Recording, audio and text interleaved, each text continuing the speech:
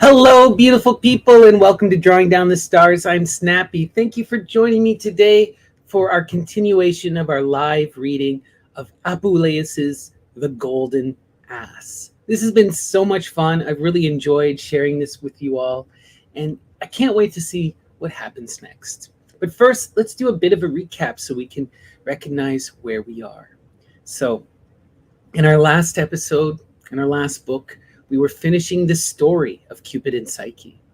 And we ended sort of with Cupid destroying Psyche's sisters, going out and convincing them to come and chase after Cupid. Then they tried to jump off the mountain to ascend to his crystal palace, but Zephyr the West Wing didn't catch them, and both of the sisters fell to their death.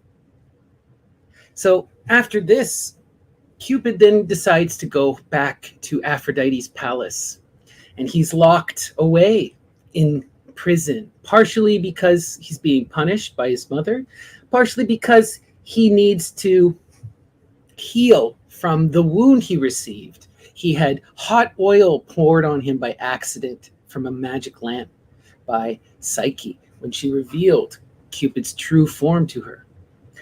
So at this point, Aphrodite doesn't know what to do. Psyche doesn't know what to do. She's panicking. She has the goddess Aphrodite after her fully now, right? She knows that she went and was with Cupid, and her wrath must be sated. So she's panicking, and she notices this temple up on the side of a mountain. So she rushes up to the temple, and when she gets inside, she sees all these various implements, all these different gardening tools and whatnot. So she takes the time to clean the temple and sort them and pray to the goddess. And she recognizes it's the temple of Demeter. So she prays to Demeter. And Demeter shows up. And she begs Demeter to help her. And Demeter says, "Sorry, child, I can't help you. Thank you, for offering your praises and for helping with the cleanup of my temple. But I'm sworn an oath to my sister, and I cannot break it." So she starts crying and she leaves. She starts walking again, and she sees this time on the bottom of the mountain another temple.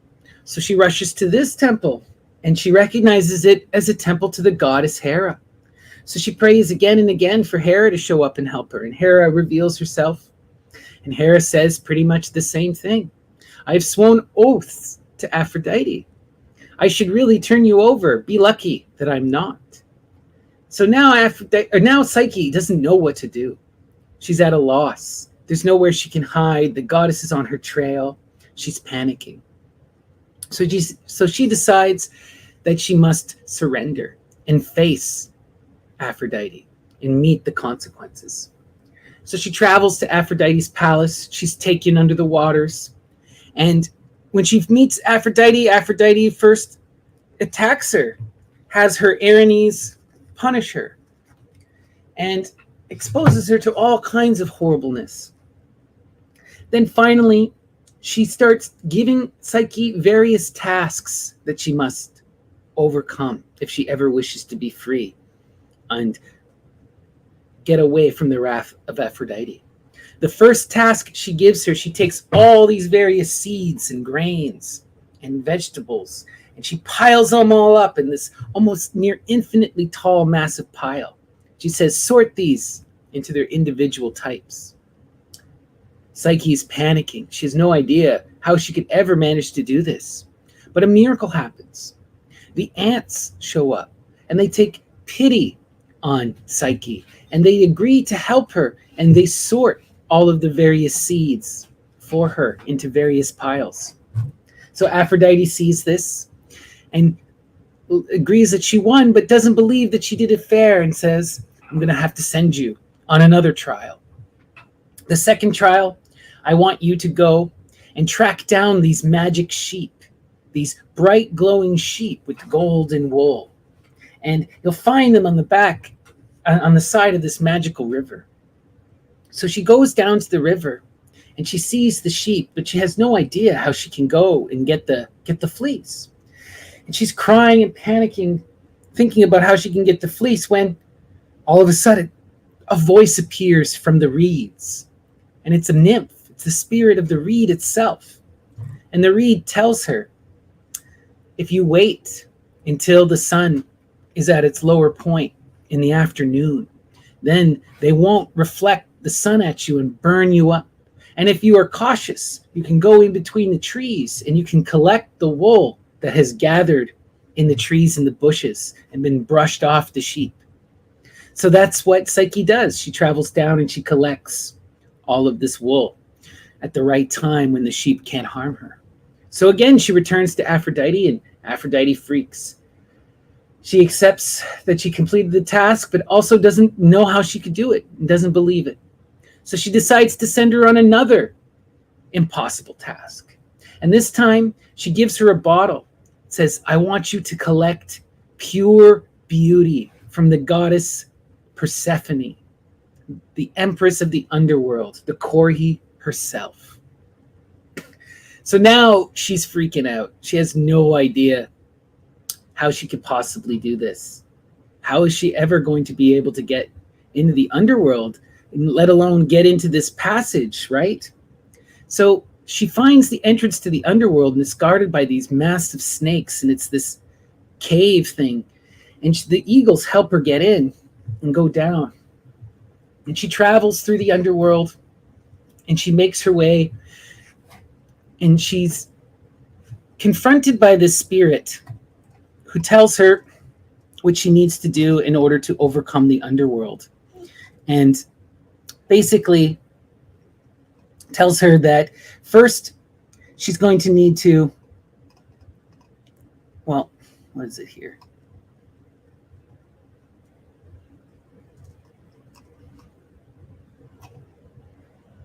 But yeah, the eagle basically tells her how to get through the underworld.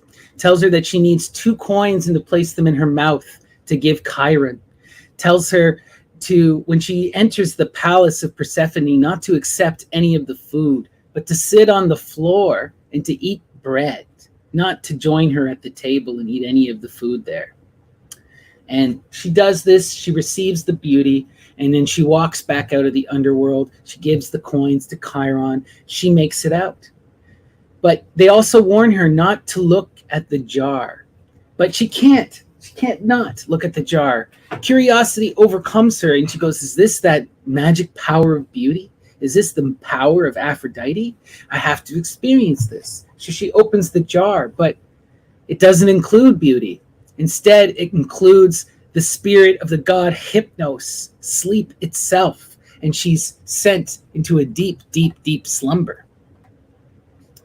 At this point, Cupid shows up and helps her and wakes her up and gets her out of that deep sleep and helps her to come back, basically. And so does Jupiter. Jupiter decides to get involved at this point, Jove, Zeus. And he ensures now that Aphrodite accept this final task, that accept her overcoming of all of these terrible things. And he's going to solve everyone's issues, Zeus, by having Cupid and having Cupid and Psyche get married. This will solve all their problems. It'll get rid of Psyche's beauty, right? Psyche will be now preoccupied and the world will not be obsessed with her. And it will also calm Cupid down from his dalliances and his extremism. It's seen as a win-win. But Aphrodite is like, my son can't marry a mortal. A mortal? This is ridiculous. So Zeus does one final blessing, and he has Hermes carry Psyche up into the heavens, and then he has Ganymede give Psyche the nectar, the ambrosia of the gods, and she ascends and becomes a star. So her and Cupid get married, and they're happily ever after. And that's where we ended with the story of Cupid and Psyche. It was so much fun. Lots of beautiful stuff there. But when the story was over, we then found ourselves back in the cave with our man Apuleius the donkey, and with the young girl who had been kidnapped, and the old woman who was telling the tale, who was the servant of the bandits. And we find out that the bandits want to move. They want to move their camp, and they need to go collect all of these stashes that they have. So they load up Apuleius, even though he's hurt and overworked and tired, and they try to force him to go and collect these stashes that they have buried. But they recognize that he can't. He's too limp. They manage to get him to bring one back to the camp, and then they give up. And they decide that they're going to go off and get the treasures themselves. While this is happening, the girl runs away. She escapes from the nurse. And she winds up seeing Apuleius, and Apuleius recognizes that if she helps the girl, that they can both escape. And they fight off the old woman, and they start trying to make their way out. But the young girl wants to go back home to her family, to her husband. And so she pulls Apuleius up the wrong part of the road towards where the bandits are. Apuleius tries to resist, but no. She forces them to go towards the bandits. The bandits see them and capture them. And then we ended yesterday with hearing how the punishment that the bandits were going to extract upon this poor girl and Lucius Apuleius. They said that they were going to cut open Lucius, stuff the girl alive inside, sew her up, then throw her onto the rocks of the mountain exposed to the sun, so that she will die a slow, painful death, being burnt and being consumed by flies. Just gruesome and brutal and awful. So that is where we left. Lucius and this poor girl are in quite the predicament. So let's go check out book 7 here. All right. So we will start here. Back at the cave. As darkness vanished with the light of day and the sun's bright chariot lit the world, another of the robber band arrived. As evident from the mutual greetings, he seated himself at the entrance to the cave, panting heavily, and when he'd recovered his breath, announced the following to the guild of thieves. As for Milo's house, the one we robbed in Hypata, you can rest easy. There's nothing at all to fear. After your brave attack when you carried off the loot and returned to camp, I mingled with the crowd, pretending to be indignant and aggrieved. I tried to find what steps they'd take to investigate the crime, whether they'd start a search for the robbers, and how extensive it might be, so as to report on everything as you ordered. They eventually all agreed on a rational grounds, not spurious evidence, to arrest one Lucius as the obvious culprit. Not long ago, he'd insinuated himself into the house of Milo, pretending to be a gentleman, with false letters of introduction, was received as a guest and treated like a friend. While staying for a few days, he'd inveigled his way into the maid's affections with false declarations of love, taking careful note of the locks and bolts on the doors, and explored that very part of the house where the family wealth was stored. As no slight indicator of guilt, they pointed out that he'd run off that night at the hour of the crime and had never been seen since. He'd a ready means of escape. He'd arrived on his own white thoroughbred and could easily outpace and frustrate their pursuit, then hide himself miles away. They thought his slave, found in the house, would know something, naturally, of his master's plans and crimes. So by order of the magistrate, he was clapped into a gaol, tortured in several ways, and almost racked to death, though he still confessed to nothing incriminating. However, agents have been sent to this Lucius's province to seek the accused, so he can pay for his wickedness. While he was speaking, I compared the previous good fortune of a happier Lucius with my present wretchedness as the luckless ass. I groaned from the depths of my heart, and it occurred to me it was not for nothing that wise men of old imagined fortune as blind, and even proclaimed she was born lacking eyes, since she forever favors the evil and undeserving and never shows justice in dealing with human beings, but chooses to lodge with precisely those whom she'd flee furthest from if she could see. And worse than that, she bestows on men their diametrically opposite reputation, with the sinful being considered virtuous, while the most innocent is subject to noxious rumors. After all, she'd attacked me most savagely and reduced me to a beast, to a quadruped of the lowest order. Even the least sympathetic would find my troubles worthy of grief and pity. Now I was being accused of stealing my own dear friend and host. A charge bordering on parricide, not mere robbery, and I couldn't defend myself or utter a single word in denial. Now that this criminal charge had been made against me in my own presence, I couldn't bear anyone thinking I had a bad conscience or was silently acquiescing. I wanted to call out, if only to cry, "Not guilty." And I brayed that first word over and over, unable to articulate the second, noising the first still again and again, "Not, not." My pendulous vibrating lips sounding as fully as I could. What more can I say in complaint against fortune's perversity? She was even shameless enough to make me the stablemate and companion of my own servant and beast of burden, my horse. Submerged in these thoughts, I suddenly recalled my more serious problem, namely the robber's firm decree that I be sacrificed to the girl's tomb. And I kept looking down at my belly, imagining it pregnant with that wretched child. But the spy who brought the news of my false accusation pulled out 1,000 in gold, which he'd hidden by sewing it into his clothing, which he said he'd stolen from sundry travelers, and was now his modest contribution to communal funds. Then he asked anxiously after the health of his comrade in arms. Learning that some, the bravest in fact, had died in various brave encounters, he suggested they observe a truce and leave the roads unmolested a while, devoting their time instead to a search for reinforcements, and recruit some fresh young men to build up their martial ranks to the troops' former strength. He said the reluctant respond to fear and the willing to rewards, and that many would like to change their trade and renounce a vile and servile life to achieve well-nigh sovereign power. For himself, he'd recently met a giant of a man, young, broad of build and strong of arm.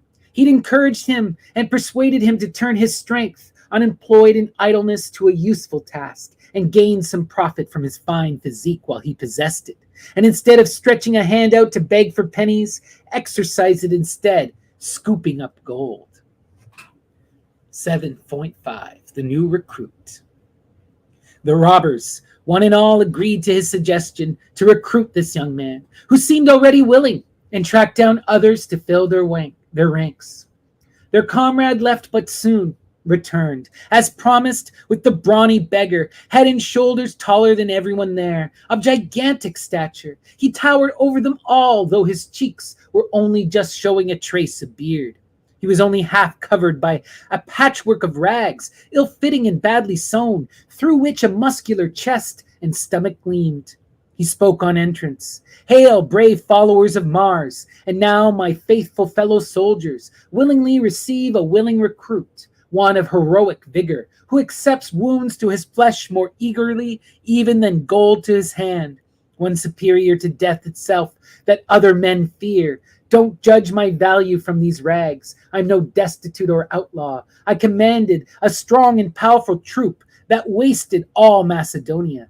I'm Haemus of Thrace, the famous brigand, at whose name every province trembles, and my father was Theron, a famous robber too. I was weaned on human blood and raised in our bandit ranks as heir too, an emulator of my father's virtues. But in a brief moment of time, I lost a whole host of courageous comrades and all the vast treasure we commanded. To my misfortune, I chanced to attack an imperial procurator who had been driven from his post, and 2,000 in gold a year by a harsh change of fortune. But I'll tell the tale in sequence so you understand it all.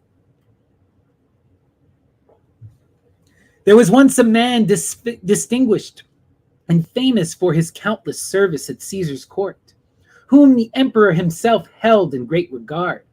He was exiled on account of his fierce envy, through false accusation of duplicitous people, and his wife, a certain Plotina, of a singular chastity and rare loyalty, who had borne her husband 10 children and was the mainstay of the family, spurning contemptuously the ease of urban refinement, joined her husband in exile, his companion in misfortune. She cut her hair short and changed her looks to appear as a man, tying her richest jewels and gold coins and a moneyed belt around her waist. Escorted by military guards with drawn swords, she fearlessly shared his dangers and showed an unsleeping regard for his well-being. Bearing endless discomforts with a man's spirit, and suffering the countless trials and tribulations of the voyage, they were on their way to Zante, which the turn of fate had decreed as their temporary residence. But when they came ashore near Actium, where we were raiding after our leaving Macedonia, we broke into the little inn near the harbor as they were sleeping.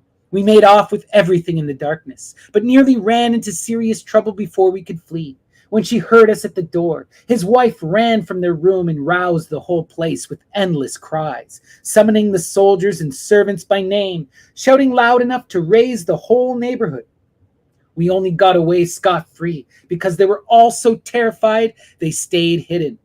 Then that saintly lady, I can call her nothing less, that wife of peerless loyalty, appealed to Caesar's divine power and through her virtuous ways won his favor, gaining a swift recall for her husband and full revenge on the attackers. Caesar prescribed the group composed of Haemus and his thieves, and we instantly disbanded, such as the strength of a nod from an emperor. Then, as the regiments of soldiers hunted down, cornered, and killed the remnants of my band, I escaped alone, barely managing to elude the jaws of death. This is how I did so. I dressed in a woman's flowery robe, with loose, billowing folds, covered my head with a tightly woven turban, and wearing a pair of white and flimsy woman's shoes, disguised as a member of the weaker sex, I climbed on the back of a donkey, loaded with sheaves of barley, and so rode right through the ranks of hostile shoulders. As yet my beardless cheeks gleamed with some youthful smoothness, so they let me pass unscathed. But I did not belie my father's reputation for my own bravery, though I felt fear so close to those martial blades. Disguised in strange garb, I raided villages and villas alone to add to my traveling fund. With this, he tore open his rags and poured out 2,000 in gold before their eyes, saying, "Here, I freely offer this to the guild as my contribution, my dowry if you like, and I offer myself as leader a position of trust. If you agree, I'll turn the stones of this cave to gold." Wow.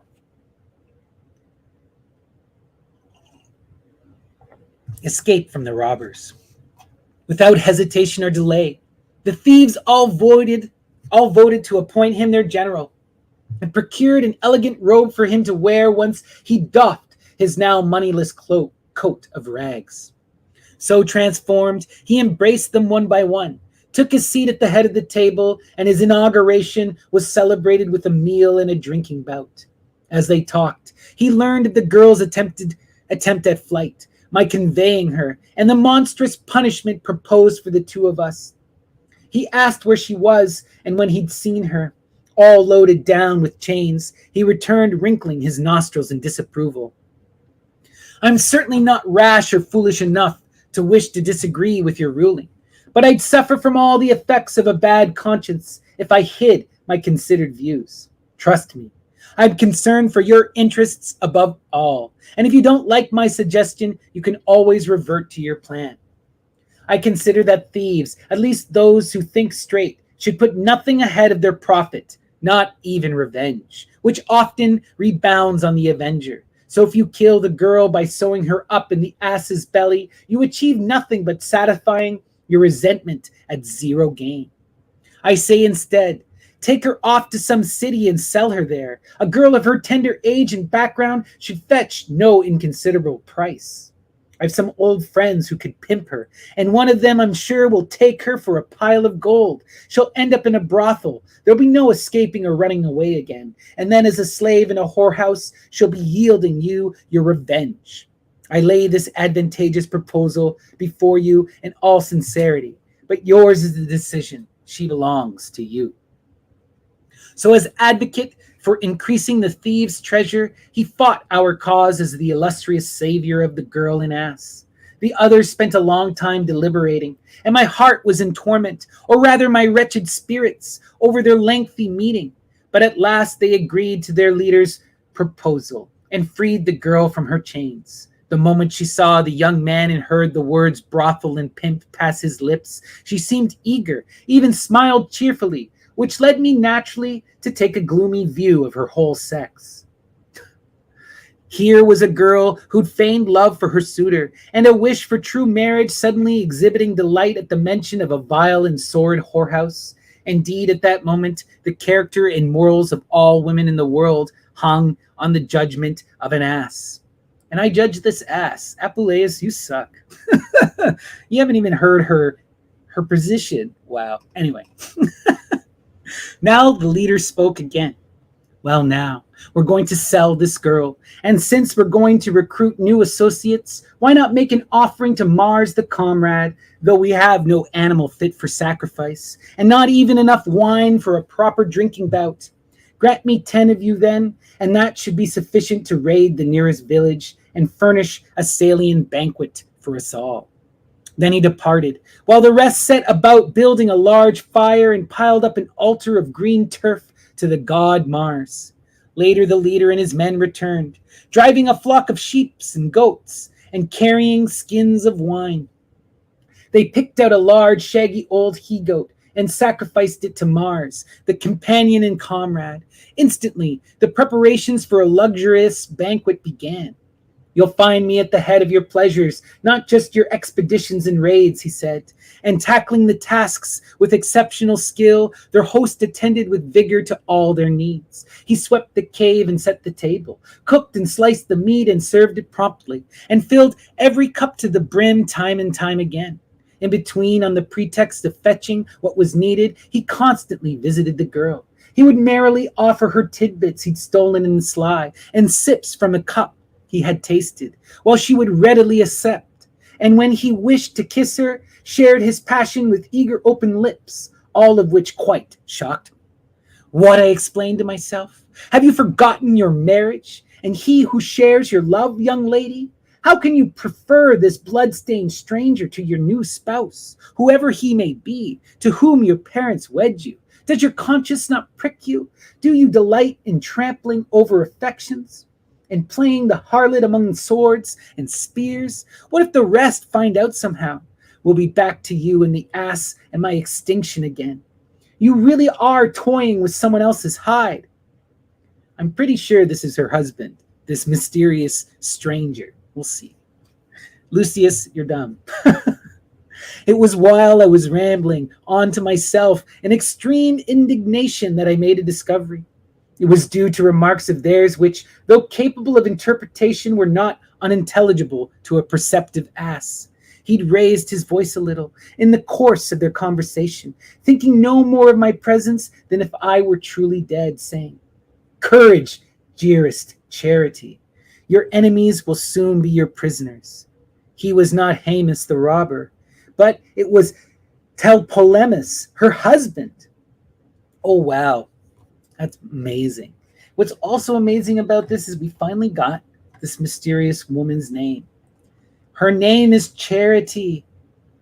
The Charities, the Graces, these are goddesses of joy and beauty. Wow. Let's continue. The wine he thrust on the bandits with growing insistence was now warmed and unmixed with water. They grew confused and sodden with drink, while he himself abstained. He even made me suspect by Hercules that he was missing a soporific in those cups.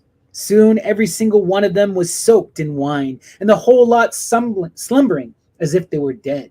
At which point he tied them up and fettered them with shackles at his leisure. Then he placed the girl on my back and set us on our way homewards. Beautiful. In clover and the opposite. As soon as we reached the place, the whole town poured out to witness the sight they'd prayed for. Parents, relatives, followers, freedmen, slaves ran out to meet us, their happy faces flushed with delight. We formed a procession of every sex and age, and by Hercules, what a new and memorable spectacle it proved, with a virgin riding in triumph on an ass. As for me, I was happy as even a man could be, and desiring to be no stranger to, and in tune with the proceedings, I pricked my ears, flared my nostrils, and brayed to my heart's content, or rather trumpeted with a thunderous noise. Her parents took Charity to her room, and tended to her every need, but Tlepolemus turned straight around with me, and a mighty host of townsmen and beasts of burden. I went willingly, not merely from my usual sense of curiosity, but with a burning desire to see the bandits captured. We found them all incapacitated still, by wine more than their bonds, so all their booty was found and brought out, and they loaded us up with gold and silver and the rest. As for the robbers, some were rolled still bound to the nearby cliff, and there tossed over, while others were beheaded with their own swords and left to rot.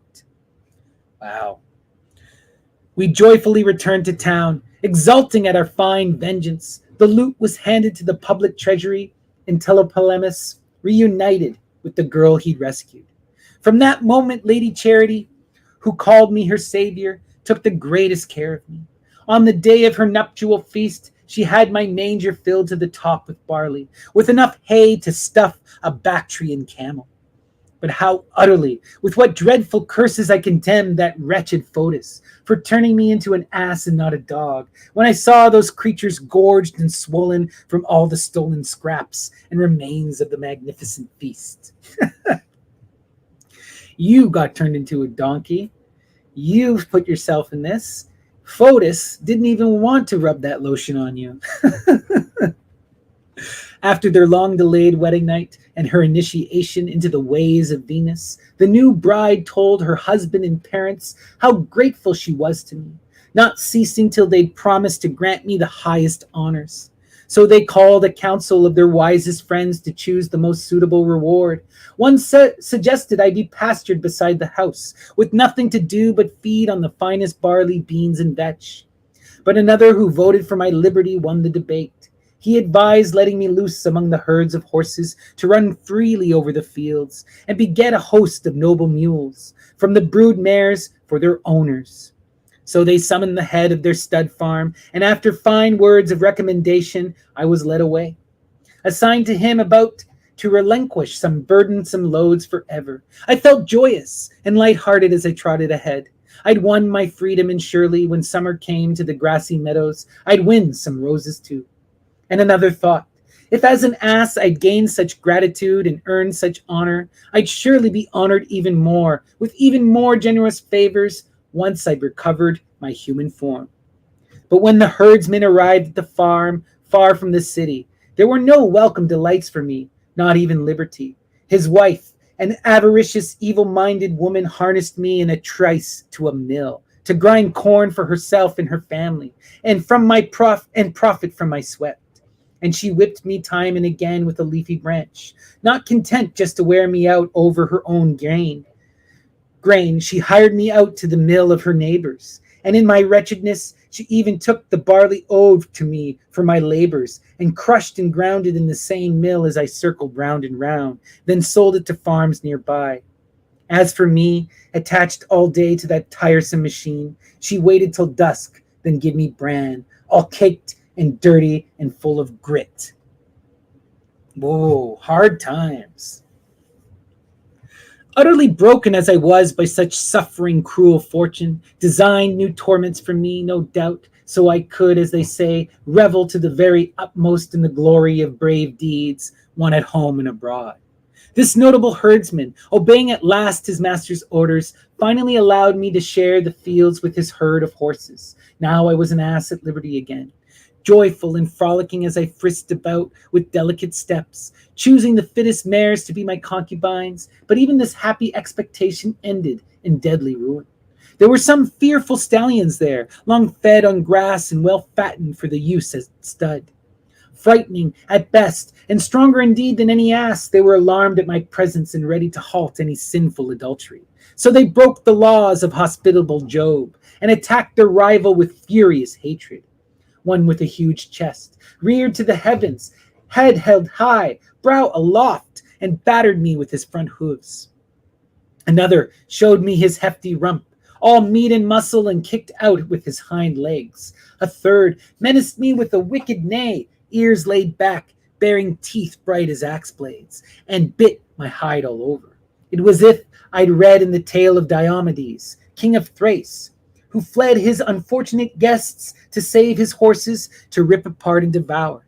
Yes, that vicious tyrant that was so mean with his barley he assuaged the appetites of his ravening herds with generous helpings of human flesh.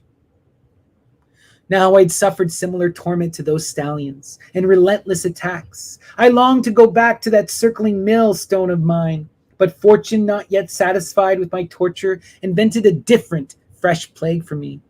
I was sent off to carry timber from the mountain with a boy in charge, who was surely the meanest boy in the world. Not only was I wearied by the steep mountain slopes, my hooves worn away with stumbling on jagged stone, I was so wounded by blows from his stick, even on the path down, that the pain of the beating pierced me to my marrow. Thrashing away at my right side, forever on the one place, he wore a hole in the skin and produced a great gash, as wide as a ditch or a window, and he kept flailing on away at the place, bathed though it was in blood. He loaded a weight of wood on me enough to defeat an elephant, and every time the weight shifted, the load became unbalanced. Instead of transferring timber from one side that collapsed and reducing the discomfort a little to ease my burden by equalizing the pressure, he simply leveled the load by piling stones on the opposite side. Even with all my torments, he was still happy to increase them, leaping up whenever we crossed some stream flowing over the trail, and squatting on my back to save his boots from getting wet. A trifling addition in his mind to my task. And if I happened to stumble under that intolerable burden, where the edge of the bank was slippery with mud, and collapsed in the ooze, the imitable lad who in my weariness should have lifted a hand and dragged me out by the halter or the tail, or dismantled the load so that I could free myself, offered not a jot of help, but instead, beginning at my head, or rather the tip of my ears, thrashed me all over with an enormous stick, till the blows brought me to my feet like a dose of strong medicine. And then he devised another pernicious scheme. He gathered some sharp thorns with poisonous tips, twisted them into a bundle, and tied them to my tail as a dangling instrument of torture that bounced and swayed as I walked, wounding me savagely with cruel needles. So I labored under twin evils. If I ran forward at a trot to escape the boy's merciless assaults, I was lacerated more fiercely by the thorns, while if I slowed down for a while to spare the pain, I was forced to move more swiftly by his blows. That most vile of creatures seemed possessed of one idea, to kill me somehow, and now and then he swore to do just that. One day his detestable malice goaded him to a more vicious scheme. Losing my patience at his endless insolence, I raised my powerful hooves against him, and now he perpetrated the following outrage. We were on the road, and I was loaded with a tightly bound bundle of flax, when, stealing live coals from the first farmhouse we passed, he planted them in the center of my load. The fire fed by the dry stalks flared up, and a deadly heat gripped me from head to hoof. At first I could see no escape from dire disaster, no means of salvation. Instant cremation allowed no time to ponder the path to salvation, but fortune smiled on me in the depths of my misfortune, to save me from perils to come perhaps, but freeing me at least from present sentence of death. I saw a puddle of water nearby, fresh from yesterday's rain, and without further thought I got down and rolled right in it. When the fire was utterly squenched, I emerged at last, free of my burden and liberated from death. But the bold and vicious lad threw the blame for his wicked act on me, telling the farmer I purposely walked over a neighbor's house outside fire and deliberately stumbled and slipped, so setting myself alight, adding with a grin, "How long do we have to feed this arsonist?" Not many days went by before he thought of something far worse. He sold the load of wood I carried. At the first cottage he came to, then led me home, my back empty, to announce he could stand my wretched behavior no longer and was leaving his vile and worthless job as my driver, inventing this tale of complaint. Look at the lazy, slow-footed, all too asinine beast. To add to the rest of his foul behavior, he lands me now in new troubles. Whenever he sees some pretty woman or fresh young girl or tender youth on the road ahead, he at once upsets his load and even throws off his pack saddle so he can run at them madly. The mighty lover knocks those travelers to the ground, then, breathing hard, slakes his illicit alien lusts on them, and acts of bestial desire, foreign even to Venus. He pretends to kiss them too, fondling and biting them with his vile lips. It will lead us into all sorts of quarrels and civil litigation, even criminal charges. Why, just now, seeing an honest young woman, he threw off the wood he was carrying, scattering it all over the road, and attacked her furiously. Our sweet lover boy here had her down on the filthy ground and was ready to mount her in front of every passer-by if some travelers hadn't heard her shouts and cries, run to help, snatched her from between his hooves and saved her. The poor thing would have been trampled and disemboweled. She'd have suffered a painful end and bequeathed us a capital charge. Exit, pursued by bear.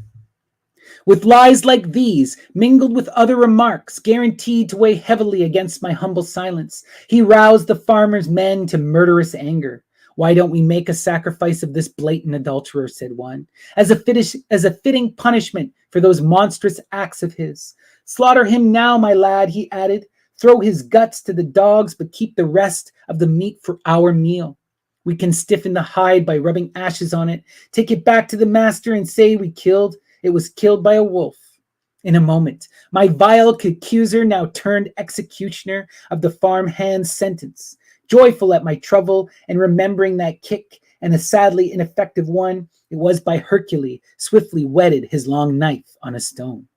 But one of the rustics cried, "It's wrong to kill a fine ass like that, despite his wanton debaucheries, and so lose his labor and service. Geld him instead, so he can't rise to venery, and will free you from fear of prosecution.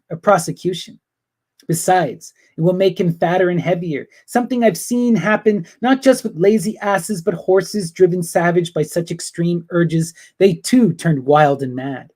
After they'd been castrated, they were gentle and tame, fit for carrying packs and suffering every other labor. So take my advice if you will. Give me a little time to go as I intended, to the nearest market, and I'll fetch the tools we need to do the job. I'll return soon, and we'll pen that fierce, intractable lover of yours, spread his legs, emasculate him, and he'll be gentler than any wether in the flock." So his sentence saved him from the jaws of Orcus, only to condemn him to a fate worse than death, to the ultimate punishment. I mourned and grieved at the thought of utter ruin, at the loss of those extremities of flesh. I sought for a way to kill myself, starvation perhaps, or a suicide leap. If I was going to die anyway, I might at least perish in one piece. While I was ruminating over which means to take, that lad, my executioner, took me out at dawn on the usual track up the mountain. Tethering me to the pendulous branch of an enormous oak, he went along the path some way and started chopping up a load of timber.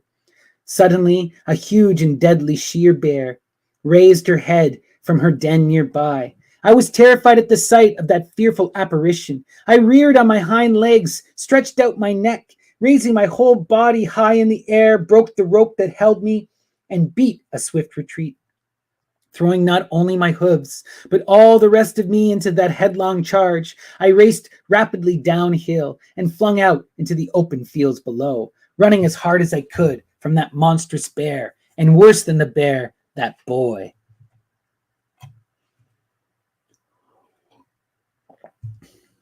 Now a passerby, seeing me alone and wandering loose, quickly seized me and scrambled onto my back. Beating me with his stick, he drove me along an unfamiliar lane. I followed his lead willingly, since I was leaving the scene of an imminent and atrocious theft of my virility. Anyway, I was not much moved by his blows, used to being thrashed with sticks as a matter of form. But fortune was obstinate in her attentions, and with wondrous speed thwarted any chance of a hiding place, and laid a fresh ambush for me. The herdsmen were looking for a lost heifer, and seeking all over the place, came on us by chance. They knew me at once, snatched at the halter, and started to drag me off. The stranger resisting bravely and fiercely. "It's robbery with violence," he swore. "Why are you attacking me?" "What?" they shouted, "accusing us of treating you unjustly when it's you who are making off with our ass you stole? Tell us instead what you've done with the boy who was driving him. No doubt you've murdered him." And they pulled him to the ground, thumping him with their fists and kicking him black and blue. He swore he'd seen no driver, only the ass alone on running loose, and had taken him with intent only to return him to his owner and so gain a reward. If the ass himself, who I surely wished I'd never laid eyes on, could only speak, he'd bear witness to my innocence, and you'd certainly regret this unjust treatment. His protestations accomplished nothing. The aggrieved men roped him by the neck and dragged him towards the forested slopes of the mountain where the lad had gone to fetch timber. He seemed nowhere to be seen, but at last they came upon his remains, dismembered and scattered far and wide. I was certain beyond doubt it had been done by the bear, and if I'd had the power of speech, indeed I'd have told them what I knew. But I had to be content with what I did have, the silent pleasure of my revenge, belated though it was. When they gathered the pieces and with difficulty fitted the corpse together, they consigned the whole thing to the earth. My Bellerophon, whom they accused of horse theft and bloody assassination, they dragged in chains to their hut until, as they said, they could haul him off to the magistrates next day and turn him over to them for punishment. Bellerophon was the man who rode Pegasus. So this is a reference to that boy being the one who rode him. The lad's parents were mourning him, beating their breasts and weeping copious tears, when the fellow who demanded my imminent impairment appeared on the scene, true to his promise. "He's not the cause of our recent loss," said the rest, "but tomorrow certainly you can remove that worthless ass's parts. And why not his head? These people here will gladly lend a hand." Thus my ruin was postponed to the following day. For my part, I was grateful to that fine lad, since by dying he granted me a brief day's delay. But not even that scant time was left me for thanks and rest, since the boy's mother broke into the stable, bewailing her son's cruel death, dressed in black, weeping, moaning, tearing her ash-strewn gray hair with both hands. She screamed and shouted endlessly, violently clutching and beating at her breasts. "Here he is," she cried, idly slumped by his manger, a slave to gluttony, filling that belly of his with food without a moment's pity for my pain, without a thought for his late master's dreadful fate. He scorns my years, no doubt, and thinks he can get away with such a thing scot-free. But whatever air of innocence he assumes, it's a feature of the worst crimes that the perpetrator considers himself safe, despite a guilty conscience. By all the gods, you four-legged villain, even if you had a voice to plead with, the greatest of fools would never be convinced you're not to blame for this atrocity. You could have defended my poor boy with your teeth and protected him with your hooves. You were ready enough to attack him with all that kicking. Why couldn't you help him with equal eagerness when he was in danger of death? You could have carried him away swiftly on your back and snatched him away from the blood-stained hands of that wicked thief. It was wrong to abandon and desert your fellow toiler, guardian, and guide and friend, and flee alone. Don't you know they punish those who fail to help those at risk of dying, because in and of itself it's sinful behavior? But you, murderer, you'll not rejoice in my misfortune for much longer. I'll teach you to know the strength that's natural to bitter grief.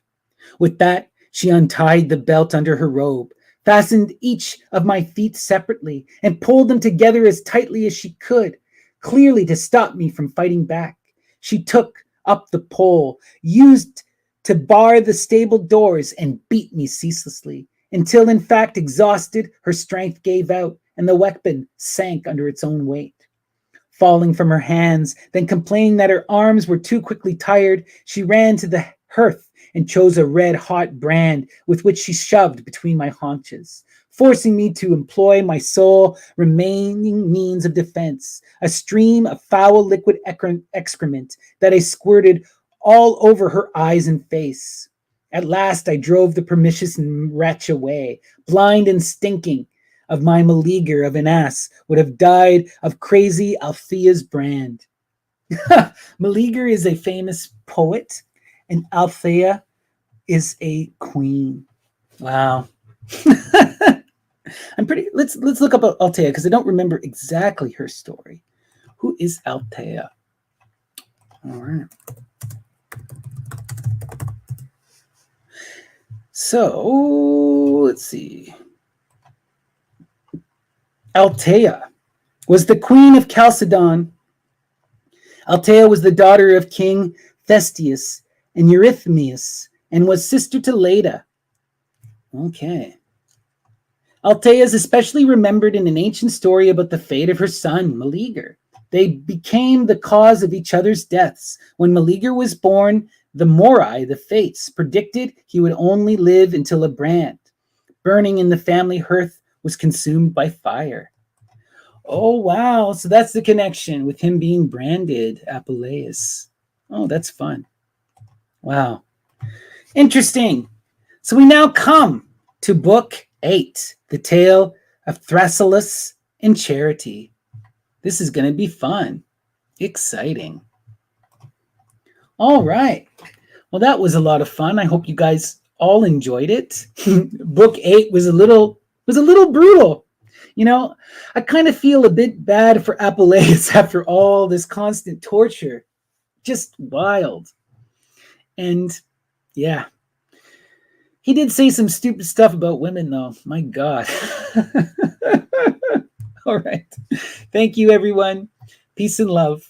And I'll join you again tomorrow when we read Book 9 of Lucius Apuleius's The Golden Ass or Metamorphoses. All right. Take care, everyone.